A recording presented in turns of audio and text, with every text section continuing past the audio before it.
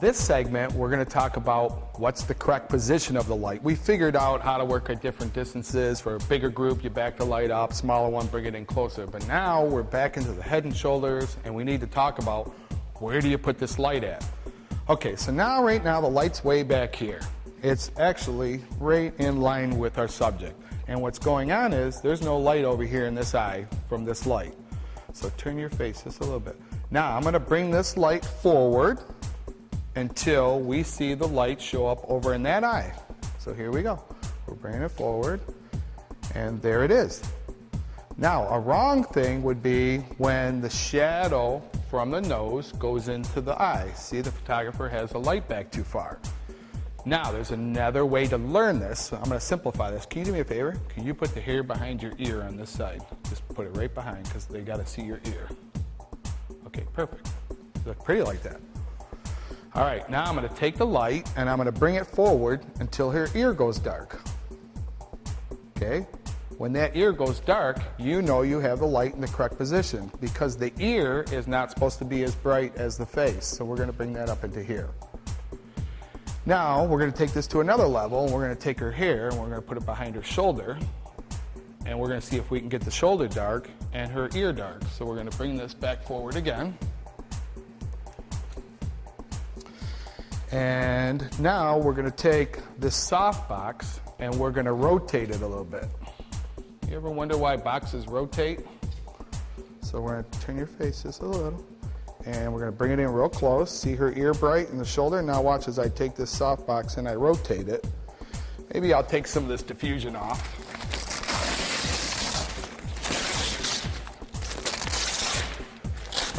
And for demonstration purposes, just going to throw that away.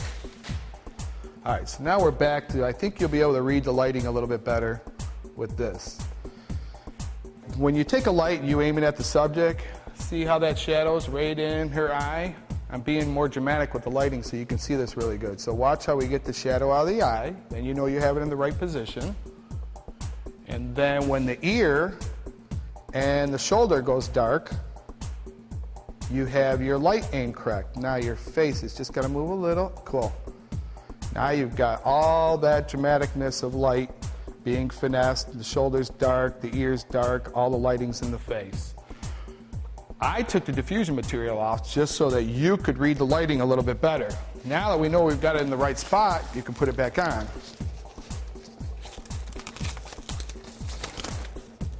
Beautiful.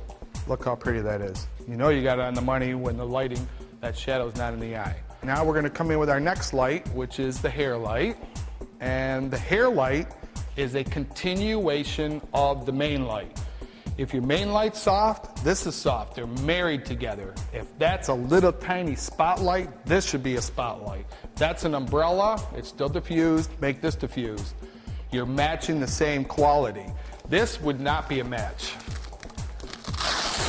If I took this off and you saw a raw light coming through there, this looks like the sun came through the roof, but it was a cloudy day coming through the window. It wouldn't be proper to show that it's cloudy and sunny altogether. Break the rules, do whatever you want. I'm just giving you a little heads up there. Okay, now there's different types of hair lights. Some photographers just take the hair light and they put it up on top with a boom and give you a bowl of light on the top. I like a strip light because it'll light the sides of the hair. Take advantage of this, so you're getting an edge light, a side of the hair light, and a top, all in one.